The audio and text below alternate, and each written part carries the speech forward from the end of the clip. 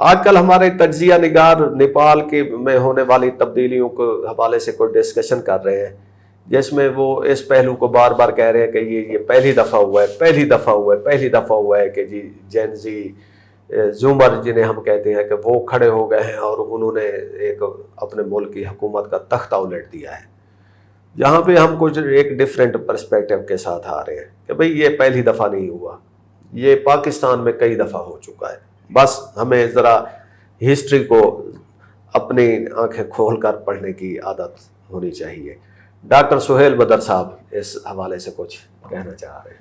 جی بالکل. آج کل جو میں اکثر دیکھتا ہوں تو نیپال کے ساتھ جین زی ہی ٹیگ ہو رہا ہے کہ جین زی نے یہ کر دیا، جین زی نے وہ کر دیا. ٹھیک ہے، جین زی نے ہی کیا ہے، میں جین زی کا کریڈٹ نہیں لینا چاہ رہا. ماشاءاللہ بہت وائبرنٹ ہیں، بہت ووکل ہیں اور بہت سپر ایکٹیو ہیں اور اپنا جو بھی کام ہے وہ کرتے ہیں. آل کریڈٹ ٹو جین زی. لیکن صرف میں یہ کہہ رہا ہوں کہ نیپال میں یہ کوئی پہلی دفعہ نہیں ہوا کہ نیپال میں یہ اس طرح کا ہوا ہے. 96 میں ہوا تھا، اس وقت جین زی پیدا بھی نہیں ہوئی تھی، کیونکہ جین زی وہ ہے جو 1998 میں پیدا ہونا شروع ہوئی، 97-98 سے. تو نیپال میں 96 میں بھی جو اس طرح ہوا تھا اس وقت جین زی نہیں تھی. اس وقت اور پچھلی جنریشنز تھیں جو بھی اس وقت، یعنی کہ اس وقت جین ایکس نے یہ کیا تھا، وائی جو تھی اس وقت بچی تھی ابھی. تو جہاں تک پاکستان کا تعلق ہے، پاکستان میں بھی اب مطلب ہم جب بھی بات کرتے ہیں جین زی کی بات کرتے ہیں، بالکل اس کو ہم اگر ایج گروپ کے ساتھ ریلیٹ کر دیں کہ جو جین زی ہے اس کا ایج گروپ کیا ہے اس وقت، تو اسی ایج گروپ کو ہم جین ایکس وائی زی سے ہٹا کے اس ایج گروپ سے اگر ریلیٹ کر دیں. ایگزیکٹلی. دیکھیں اس وقت جین زی کیا ہے، جو 97 سے لے کے 2012 تک پیدا ہوئی. تو 97 میں جو پیدا ہوئے بچے وہ اب 28 سال کے ہیں، اور جو 12 میں پیدا ہوئے وہ اس وقت 13 سال کے ہیں، 12 سال کے ہیں. تو جین زی وہ ہے جو کہ اس وقت 12 اور 28 کے درمیان ہے.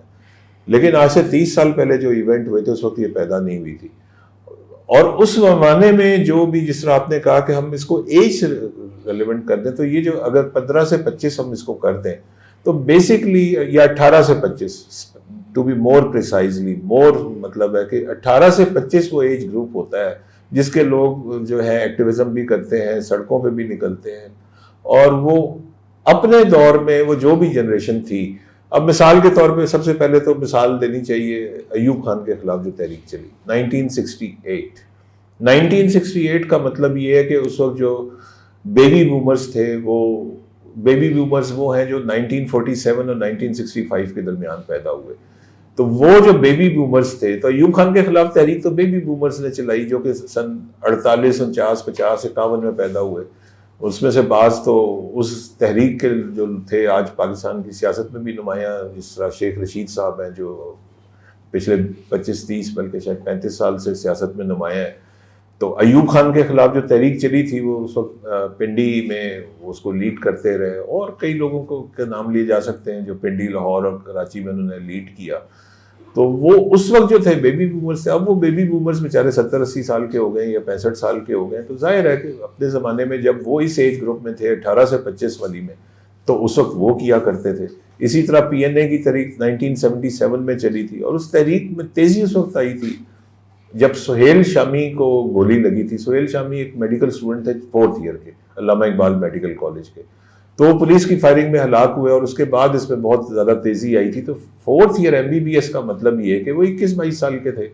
تو وہ اس وقت کی جو بھی مطلب جین زی، ظاہر ہے اس کا نام اس وقت کچھ اور تھا، یعنی کہ وہ کالج یونیورسٹی کے اسٹوڈنٹ جو ہوتا ہے جس کا وہ ایج گروپ 25 سال تک ہوتا ہے، 15 سے 18 یا 18 سے 25 جو ہے بیسکلی کسی بھی تحریک کے پیچھے جو لوگ ہوتے ہیں وہ 18 سے 25 سال کے عمر کے ہوتے ہیں. 25 کے بعد والے بھی کم ہوتے ہیں، 18 سے یا 15 سے کم والے بھی کم ہوتے ہیں. تو یہ ایک ایج گروپ ہے جس میں بندہ جو ہے وہ ذرا فریڈم چاہتا ہے، نکل رہا ہوتا ہے، اس کا کیریئر ہوتا ہے آگے، اس کی پڑھائی ختم ہو رہی ہوتی ہے اور اس نے اپنی پریکٹیکل لائف میں آنا ہوتا ہے، اس کو نوکری کی فکر ہوتی ہے کہ میرا کیریئر کیا ہوگا. تو یہ ایک نیچرل چیز ہے. تو اس وقت جو ہے وہ جین زی ہے، اس سے پہلے جین وائی تھی، اس سے پہلے جین ایکس تھی، اس سے پہلے بیبی بومر سے آگے اس وقت جو جین الفا ہے، جنریشن الفا وہ ہے جو 2012 کے بعد پیدا ہوئی. تو اس وقت وہ بڑے سے بڑا جو جین الفا والا ہے وہ 12-13 سال کا، چھوٹے والے تو بھی پیدا ہو رہے ہیں اور اگلے چند سال اور ہوتے رہیں گے. تو جب یہ 20-22 سال کے ہوں گے تو اس وقت جو بھی حالات ہوں گے اس کے مطابق ان کی ایکٹیویزم ہوگی. تو یہ ہم یہ بھی کہہ سکتے ہیں عمران خان کے ساتھ جو کھڑی ہوئی ان کو، یعنی کہ ان کی یوتھ کی ہم زیادہ وہ کرتے ہیں، تو ان کے پیچھے بھی وہی ایج گروپ بھی ہے. جی بالکل. دیکھیں عمران خان کی جب جیسے چلے ہم دھرنے کی مثال لے لیں، 2014 میں دھرنا ہوا تھا اور 2012 13 14 15 میں عمران خان کی پاپولیرٹی جو تھی وہ بڑھتی جا رہی تھی، حتیٰ کہ 18 کا وہ الیکشن جیت کے پاور میں آئے. تو 18 کا جب الیکشن بھی ہوا تو 18 کے الیکشن میں جین زی جو تھی وہ تو انڈر 20 تھی. تو اس وقت اس کا مطلب ہے کہ عمران خان کے جو پاپولر رائز میں بہت بڑا ہاتھ جنریشن وائی کا تھا، جو جنریشن زی سے پچھلی والی جنریشن تھی.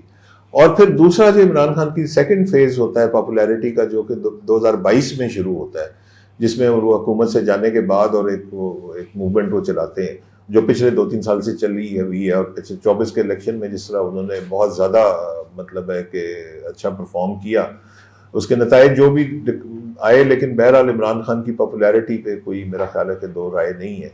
تو اس میں جین زی آ چکی تھی، لیکن جو 12 13 14 کا وقت تھا جس میں دھرنا بھی شامل ہے، اس وقت جنریشن وائی تھی.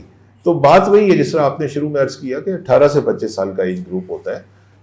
موجودہ جو حالات ہیں اس میں عمران خان کو بھی اور دوسرے لوگوں کو بھی ایک ایڈیشنل چیز جو ہوئی ہے پچھلے 15-20 سال میں، جو اس سے پہلے کے لوگوں کو میسر نہیں تھی، وہ سوشل میڈیا ہے. تو سوشل میڈیا پہ اب چیز جو ہے وہ جنگل کی آگ کی طرح پھیلتی ہے، چاہے وہ ٹک ٹاک ہے، چاہے وہ ٹویٹر ہے، چاہے وہ فیس بک ہے. تو وہ ایک ایسا ٹول ان کے پاس ہے جو پچھلی جنریشنز کے پاس نہیں تھا. نہیں سر، یہ اس میں ہم ذرا کوئی زیادہ ہی سوشل میڈیا جو کہ ایک اب کارپوریشنز ہیں، یہ جو سوشل میڈیا ایپس کو چلا رہی ہیں، تو ان کی مارکیٹنگ ہو جاتی ہے کہ Arab spring was the result of social media boom. یہ جین زی، یہ جو نیپال کی بات ہم کرتے ہیں کہ ادھر جی وہ سوشل میڈیا ایپس کے اوپر بین لگا تو جین زی وہ ہوگی. تو اس کو وہ ایک آکسیجن یا ایک اپنی بیسک نیسیسٹی کے طور پہ انہیں کی مارکیٹنگ پیش کیا. لیکن جیسے ہم ہسٹوریکل پرسپیکٹو میں بات کر رہے ہیں کہ جب آپ نے 67 کی ایک اس کی بات کی، یا پاکستان میں آنے والی جتنی تحریکیں ہیں، اس وقت تو سوشل میڈیا نہیں تھا. تو بیسیکلی تو آپ کی جو ایک موومنٹ ہوتی ہے تو اس کا جو بیسک فیول ہوتا ہے وہ یوتھ کی انرجی ہوتی ہے، اس ایج گروپ کی وہ ہوتی ہے، اور ان کی ریکوائرمنٹس ہوتی ہیں. وہ اپنی پڑھائی ختم کر کے آگے کریئر کا پلان کر رہے ہوتے ہیں. ہاں، تو اس وقت یہ سوشل میڈیا کو کوئی ہم زیادہ ہی بڑھا چڑھا کے پیش کر دیتے ہیں. سوشل میڈیا ایک ریئلٹی ہے، فیکٹر ہے، لیکن وہ ایک بیسک وہ نہیں ہے ٹول اس کا کہ بھی سوشل میڈیا نے ہی آگ لگا دی، سوشل میڈیا کی وجہ سے یہ چیز. اچھا، یہ جو آپ نے ایک اس کا پس منظر پیش کیا نا مارکیٹنگ کا، جو کمپنیز بڑی ملٹی نیشنل، یہ ساری ملٹی بلین کمپنیز ہیں، ان کے مارکیٹنگ کے بجٹ بھی بلینز آف ڈالرز میں، جو پاکستان کے بجٹ سے بھی زیادہ ہوتے ہیں. تو بیسکلی اب میں نے جب یہ نیپال والا 8 ستمبر کو شروع ہوا، آج سے 5 دن پہلے، تو جتنے بھی میں نے اس کی کوریج دیکھی، وی لاگس دیکھے، رپورٹس دیکھی، سب نے بڑا پرومیننٹلی جین زی ہائی لائٹ کیا ہوا ہے. چاہے وہ میڈیا پاکستان کا تھا، چاہے انڈیا کا تھا، چاہے نیپال کا تھا، چاہے کسی اور کنٹری کا تھا، ایون ویسٹرن میڈیا کی ہائی لائٹس میں بھی جین زی جو تھا وہ ہائی لائٹ ہوا تھا. تو ایسے پکچر بن گئی کہ جین زی نے یہ انقلاب لے کے آئے. لیکن اگر آپ تھوڑا سا اگر نیپال کے سٹرکچر کو تھوڑا سا اگر آپ پڑھیں تو آپ دیکھیں گے کہ نیپال کا جو سوشل سٹرکچر ہے، سوشل اور سوشو اکنامک سٹرکچر، اس کو تھوڑا سا اسٹڈی کر لیں. نیپال میں جو اوپر کی ذات کے ہندو ہوتے ہیں، کیونکہ نیپال میں ہندو مت جو ہے وہ 85% لوگوں کا ہے، تو لوگوں کی میجورٹی جو ہے وہ ہندو مذہب سے تعلق رکھتی ہے. تو ہندو مذہب آپ کو پتہ ہے ہزاروں سال سے اس میں کلاس سسٹم ہے. اس میں سب سے اوپر برہمن ہوتے ہیں، پھر کشتری ہوتے ہیں، پھر اس کے بعد کرتے کرتے وہ چوتھی جو کلاس ہے شودر کی ہوتی ہے. اور نیپال میں جو سب سے اوپر والی کلاس ہے وہ ٹوٹل پاپولیشن کا 11% ہے، اور جو دوسری والی کلاس جو کشتری ہے وہ 17% ہے، 16% ہے. تو 16 اور 11 27%. اس کا مطلب اچھا اوور آل جو پہلی 2 کلاسیں ہیں نا وہ اوپر کی کلاسیں شمار ہوتی ہیں، اور جو نیچے 2 والی ہے وہ نیچے کی کلاسیں شمار ہوتی ہیں، جس میں کلاس 3 جو ہے وہ ورکنگ کلاس ہے، اور کلاس 4 بالکل ہی اس کو شودر کہتے ہیں. تو نیپال میں 27% جو ہے اوپر والی 2 کلاسیں 11 اور 16، اور 73% جو ہے وہ 3 اور 4 ہے. یہ جو ہوا 8 ستمبر 9 ستمبر 10 ستمبر کو ہم نے دیکھا کہ جی سابق وزیر اعظم کا گھر جلایا جس میں ان کی اہلیہ جو تھیں وہ بھی جل کے ہلاک ہو گئیں. پھر ہم نے دیکھا کہ فائنانس منسٹر کو بہت مارا اور وہ پانی میں گر گئے اور پانی میں بھی مارا, اور پھر فلانے منسٹر کے گھر جلائے گئے, فلانے کے اوپر یہ ہوا, فلانے کے اوپر وہ ہوا. آپ لسٹ نکالیں جتنے بھی اس میں برہمن تھے, جتنے بھی وکٹمز ہیں یا برہمن ہیں یا کشتری ہیں, یعنی کہ اوپر والی 2 کلاس کے. اچھا اسی کیبنٹ میں 2-4 منسٹر جو نیچے والی کلاس سے نمبر 3 سے بلانگ کرتے ہیں ان کو کسی نے کچھ نہیں کہا, اور نمبر 4 تو میرا خیال ہے کہ کوئی منسٹر ہے ہی نہیں, 3 والے 3-4-5 ہیں ان کو کسی نے کچھ نہیں کہا. تو وکٹم وہی بنے جو برہمن تھے اور کچھ کشتری بنے, جو جس سابق مطلب ہے پرائم منسٹر کا گھر جلایا جس میں ان کی اہلیہ کی وفات ہوئی, جل کے ہلاک ہو گئی, وہ نمبر 2 والی کشتری والی کلاس کی تھی. باقی جو ان کے پرائم منسٹر تھے اور 1-2 اور جو ان کے سابق پرائم منسٹر تھے جن کے گھر جلائے گئے, صدر کا گھر جلایا گیا, فائنانس منسٹر پہ بہت زیادہ ہوا, یہ سارے برہمن کلاس 1 سے بلانگ کرتے ہیں. تو میرے نزدیک تو یہ نیپال کا انقلاب جو ہے یہ اس کی بیک گراؤنڈ جو ان کی کلاس سسٹم ہے وہ ہے. ویسے بھی جو پچھلے 3-4 سالوں میں ہم نے مختلف ملکوں میں دیکھا ہے تو بنگلہ دیش کے ڈائنامکس اور تھے, وہ پولیٹیکل زیادہ تھے انڈیا کے, اور لوکل جو ریجنل پالیٹکس ہے اس کے کانٹیکس میں بنگلہ دیش کو کوئی اکنامک کوئی زیادہ مشکلات نہیں تھیں. ان کے فارن ریزروز بھی ٹھیک تھے, ان کی ایکسپورٹس بھی ٹھیک ہیں, ان کا سارا کام ٹھیک چل رہا تھا, اکنامکلی وہ اتنے زیادہ پرابلم میں نہیں تھے. نیپال میں بھی اکانومی کا کوئی خاص مسئلہ نہیں ہے. اچھا پھر اس کے بعد جو سری لنکا تھا, ہاں وہ پیورلی اکنامک, کیونکہ وہ ڈیفالٹ کرنے جا رہا تھا, وہ پیور اکانومی کی ریزنس تھی. انڈونیشیا میں ہوا, انہوں نے پارلیمنٹ جلا دی اور کچھ اس طرح کے وہاں پہ توڑ پھوڑ جو بھی. انڈونیشیا کی اکانومی بڑی سٹیبل اکانومی, ان کا جو ٹریڈ سرپلس ہے $60 بلین سے زیادہ ہے. ان کی امپورٹس جو ہیں وہ $240 ارب کی ہیں, ان کی ایکسپورٹس 300 سے اوپر ہے. تو اتنی سٹیبل اکانومی اور دنیا کی بڑی اکانومیز کا ایک حصہ انڈونیشیا, اس کا بھی مسئلہ اکنامک نہیں تھا. تو نیپال والا تو بالکل ہی ٹوٹلی کلاس سینٹرک تھا, جس میں انہوں نے جو اوپر کی جو کلاس 1 ہے برہمن مینلی ان کے گھر چلایا, اور کچھ لوگ بیچارے جو نمبر 2 والے تھے وہ جو کشتری ہیں ان کے بھی وکٹمائزیشن کے ایشوز چل رہے تھے میرے خیال میں. نہیں, کوئی بھی نہیں چل رہے تھے. نیپال سے کوئی اس طرح کی خبر آتی نہیں ہے, اس طرح کی نہیں آتی, صرف سوشلی ڈپرائیوڈ ہے. دیکھیں نیپال کے 90% سے زیادہ جتنے بھی عہدے ہیں, جس میں سیاسی عہدے ہیں, صدر, وزیر اعظم اور منسٹرز, کیبنٹ, جس میں عدالتی عہدے ہیں, چیف جسٹس اور دوسری عدالتوں کے جو سینئر ججز ہیں, جس میں فوجی عہدے ہیں, جس میں چیف آرمی چیف اور وہ سارا کمپلیٹ ہول جو ہے وہ مینلی کلاس 1 کا ہے یا تھوڑا بہت کلاس 2 کا ہے. تو ایک جو 73% پاپولیشن ہے وہ یہ سمجھتی ہے کہ ہم جو مرضی پڑھ لیں, جتنا مرضی ہم محنت کر لیں, ہم نے نیچے ہی رہنا ہے, ہم نے اوپر نہیں آنا, ہم کبھی پارلیمنٹ میں نہیں جائیں گے, ہم کبھی وزیر نہیں بنیں گے, ہم کبھی چیف جسٹس. لیکن ڈاکٹر صاحب یہ تو ورلڈ اوور ہے نا کہ آپ کی رول جو کرتی ہے کلاس وہ جو ریچ کلاس وہ ہوتی ہے, یا ہم بالکل پریولیجڈ جو ہوتے ہیں پریولیجڈ وہ پاس آن ہوتا ہے. میں اس سے ایگری کرتا ہوں. دیکھیں مطلب میں تو ایک سمپل سا اس کی 2 کلاسیفیکیشن کر دیتا ہوں کہ دنیا میں 2 ہی کلاسز ہیں, ایک رولنگ کلاس اور ایک ورکنگ کلاس ہے. تو یہ ساری بڑی چیزیں رولنگ کلاس میں ہی ہوتی ہیں, خاص طور پہ تھرڈ ورلڈ کنٹریز میں تو ہوتی ہی رولنگ کلاس ایلیٹ کے پاس ہی ہے. ہاں یورپ کے ملکوں میں خاص طور پہ جو سوشل ویلفیئر جن ملکوں میں ہے, یا جہاں پہ سوشل ڈیموکریسی ہے, جیسا سیکنڈ کنٹریز ہیں, جرمنی ہے, ان ملکوں میں یا انگلینڈ میں بھی ایون ہم دیکھ لیتے ہیں کہ ورکنگ کلاس کے لوگ اوپر تک آئے ہیں. جان میجر کی مثال ہے اور اس طرح کی مثالیں ہیں. اسی طرح سیکنڈ کنٹریز جہاں بہت زیادہ سوشل ڈیموکریسی ہے وہاں پہ یہ چیزیں زیادہ ورکنگ کلاس اوپر آ سکتی. باقی تھرڈ ورلڈ کنٹریز میں تو مطلب سوال ہی پیدا نہیں ہوتا. یہاں پہ مطلب ہے کہ پاکستان میں بھی وہی حالات ہے. پاکستان میں بھی حکومتیں برہمنوں کے پاس ہی ہیں, شودروں کے پاس یہاں بھی نہیں ہے, اور نہ ہی ان کا اوپر آنے کا نہ کوئی چانس ہے. اچھا نیپال کی تحریک کے حوالے سے شاید ہم ایک چیز کو وہ کر لیں اگر, کہ جین زی جو ہے وہ پوری ایک تحریک لے آئی ہے اور چینج انہوں نے کر کے دیکھا, اور اس کو جو لیڈ کر رہے ہیں وہ بھی اسی ہی ایج گروپ کے لوگ ہیں. جی بالکل. بنگلہ دیش میں بھی شاید یہی ہوا ہے, یہی ہے کہ لیکن پاکستان کی جو ہم نے مثالیں دی کہ کالجز, یونیورسٹیز وہ ایک موومنٹ کا وہ ہوتے تھے, ایپی سینٹر ہوتے تھے, لیکن ان کو لیڈ کون کر رہے ہوتے تھے, وہ بھٹو صاحب کر رہے ہوتے تھے, یا دوسرے یعنی کہ وہ اس ایج گروپ کے لوگ نہیں ہوتے تھے.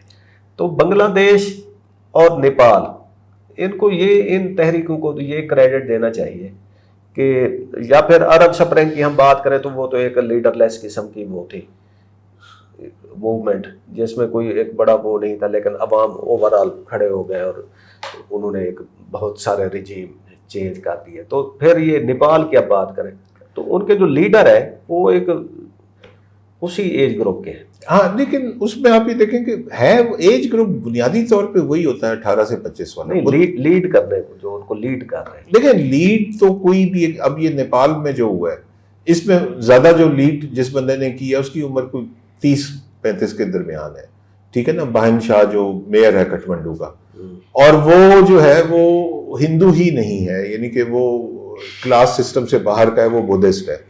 تو جو وہ لیکن وہ چونکہ ایک بڑا وائبرنٹ اور ڈائنامک ہے.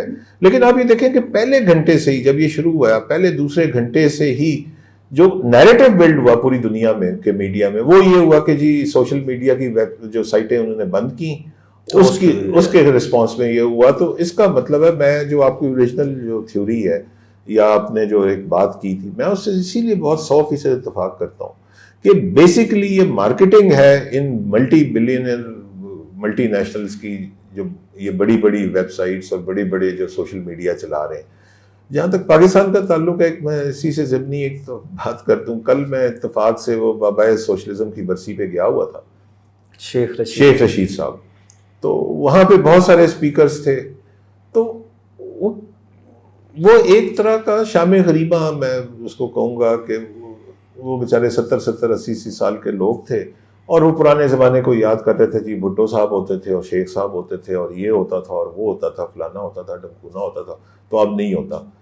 پیپلز پارٹی کے بارے میں میری بڑی پکی اوپینین یہ ہے کہ جب تک یہ بھٹو, ان کا نعرہ ہے نا, زندہ ہے بھٹو زندہ ہے, میری بڑی پکی اوپینین ہے کہ پیپلز پارٹی دوبارہ اس وقت تک ملک گیر لیول پہ پاپولر نہیں ہو سکتی جب تک وہ بھٹو کو مارے گی نہیں. جب تک بھٹو زندہ رکھے گی تب تک پیپلز پارٹی ملک گیر لیول پہ نہیں آ سکتی. آگے نوجوانوں کی بات کریں, آگے نوجوانوں کو انگیج کریں. یہ جو آج کا نوجوان ہے اس کو بھٹو سے کوئی لینا دینا نہیں ہے. اچھا, نیپال کی تحریک کے حوالے سے ایک صحافی کا بیان بہت میڈیا میں زور شور سے چل رہا ہے. انہوں نے کہا جی پاکستان میں اگر کسی نے اس طرح کی تحریک اٹھانے کی ہمت کی تو 2.5-3 لاکھ کی تو پولیس ہے, وہی اس کو کرش کر دے گی. دیکھیں پاکستان میں جو آپ کو پتہ ہے پولیس ہے یا جو لا انفورسمنٹ ہے یا جو بھی ہے, وہ سسٹم اتنا بالکل ٹھیک ہے, ان کی بات مطلب اس کو رد نہیں کیا جا سکتا کہ پاکستان میں لا انفورسمنٹ کا جو انفراسٹرکچر ہے وہ اتنا بڑا ہے کہ وہ اس کو کرش کر سکتی ہے. اور میرے خیال میں پاکستان میں وہی تحریک جو ہے کامیاب ہوگی جس کو کچھ اندرونی اور بیرونی حمایت حاصل ہوگی. ادروائز جنریشن وائی زی یہ وہ نہیں کر سکتے جب تک پیچھے سے سپورٹ نہ ہو. اور یہ شاید فیکٹر نیپال میں اور بنگلہ دیش میں بھی ہے, کوئی پیچھے سے کوئی ڈوری بالکل ہے. اور یہ تقریباً سارے تھرڈ ورلڈ کنٹریز میں ہے. اور پیچھے سے مراد جب ہم اس کو انٹرنیشنل لیول پہ لیتے ہیں تو یہ عرب اسپرنگ کی بھی بات ہوئی. عرب اسپرنگ پیچھے سے کون تھا؟ پیچھے سے وہی ویسٹرن کنٹریز تھے, امریکہ اور دوسرے لوگ ہی, ان کے مطلب ہے کہ وجہ سے ہی آئی تھی عرب اسپرنگ جو تھی. ناظرین, آج کی ویڈیو میں فی الحال اتنا ہی. ہمیں اجازت دیجیے. خدا حافظ.